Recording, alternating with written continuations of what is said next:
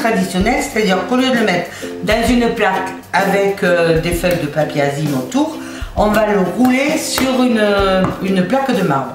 Alors, pour rouler du nougat sur une plaque de marbre quand il est chaud, la plaque de marbre, il faut la graisser pour pas que évidemment il colle et pour pouvoir le travailler à la spatule. Et parce qu'avant d'y mettre les doigts, c'est un petit peu long. Et au lieu de faire des barres bien plates, eh bien, on fait des petits boudins.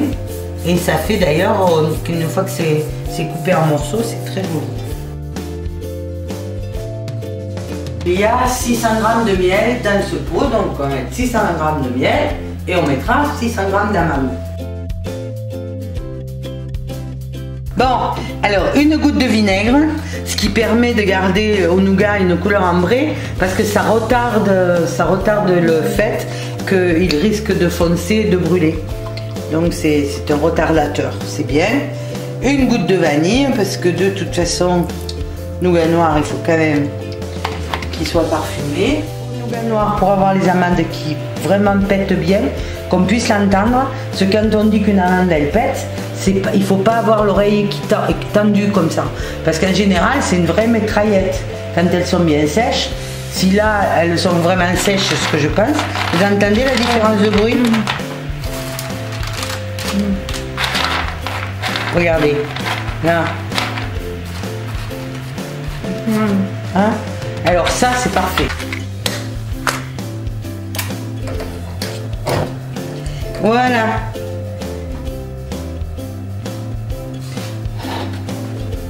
Alors, on va mettre les amandes dans le nougat noir quand la mousse va être un peu tombée. Donc là, je vais y mettre les amandes. Mais là, dans la mesure où ce miel-là n'est pas tombé, à l'odeur, on sent qu'il y a une transformation entre l'odeur du miel nature et l'odeur du miel déjà un peu transformé. Donc là, on peut y mettre les amandes. Et alors, un nougat noir façon maison, en fait, on sait qu'il est cuit quand il a énormément éclaté. Voilà. Donc on va attendre que les amandes veuillent bien se mettre à chanter. Et quand elles auront fini de chanter, notre nougat sera prêt.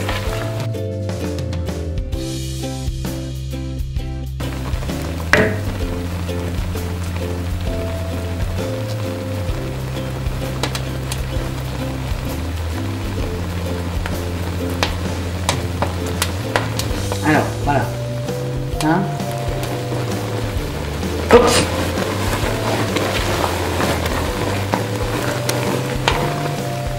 Écoutez bien.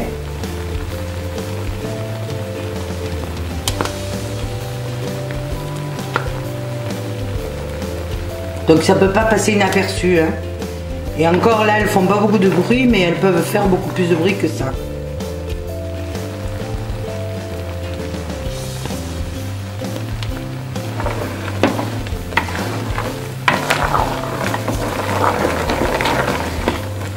Là, alors, ce qui est important aussi, c'est de sentir.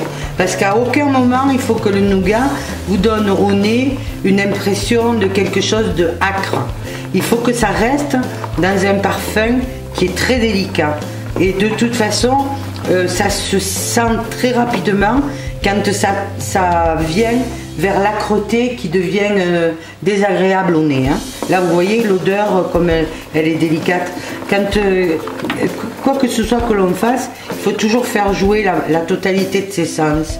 Aussi bien les oreilles pour entendre les bruits que le nez, parce que c'est très important. Le nez, c'est certainement l'outil le plus informatif en matière de cuisine. Vous sentez, parce que là, vous avez vraiment une odeur de nougat. On n'est plus dans l'odeur de miel, donc on peut considérer qu'il est presque prêt. Là, personnellement, moi je l'arrête parce que au niveau de l'odeur, la transformation est totale. Donc quand on le fait traditionnel, là, je vais continuer à le travailler un peu pour qu'il se durcisse un peu avant de le verser sur la plaque. Là, il commence à être... c'est bon pour être mise sur le...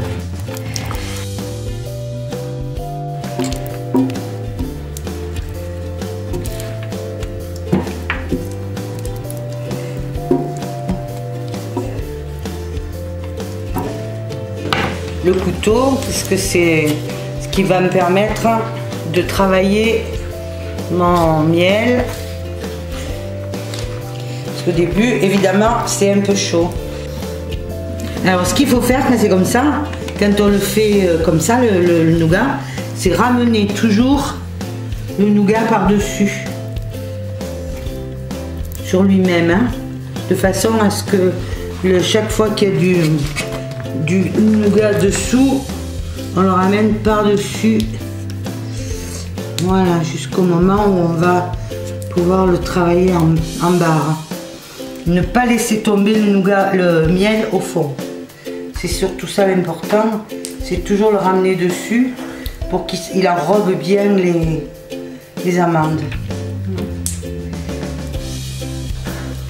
Alors l'avantage du nougat noir, c'est quand on fait un temps pour temps, il y a une épaisseur d'amande qui est quand même très importante. Donc il ne faut pas qu'il y ait trop de miel de façon à ce qu'il soit vraiment mangeable. S'il y a trop de miel, ça fait des masses dures qui sont impossibles à casser. Alors que quand il y a beaucoup d'amandes, l'amande, elle, ne craque facilement. Il faut que ce miel-là ne tienne les amandes que un petit peu sur elles-mêmes, quoi. Voilà. Et bien regardez, ça y est, ça va. Bientôt je vais pouvoir mettre mes mains. Voilà, ça y est les filles. Puis on va repartager en deux. Voilà. Et ensuite,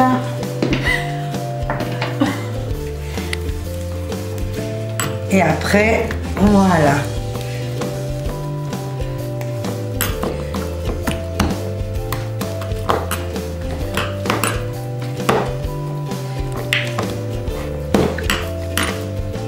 Voilà, les barres de nougat traditionnelles, moulées à la main, faites maison. Alors là, on va les laisser refroidir un peu après, comme ça. Et ensuite, on va pouvoir couper. Alors, il ne faut jamais les faire trop large, hein. Il vaut mieux le faire plus long que large, parce que pour couper les morceaux, c'est quand même plus facile quand c'est pas trop large. Beau nougat maison. Et là, au moins, il apparaît vraiment comme étant maison. Pas de papier azime, rien du tout. Une belle couleur bien brillante. Hein, regardez ça, comme c'est beau. Celle-là, c'est la première. Voilà, regardez ça. Ça retombe plus, le miel est bien réparti partout. On va essayer de couper.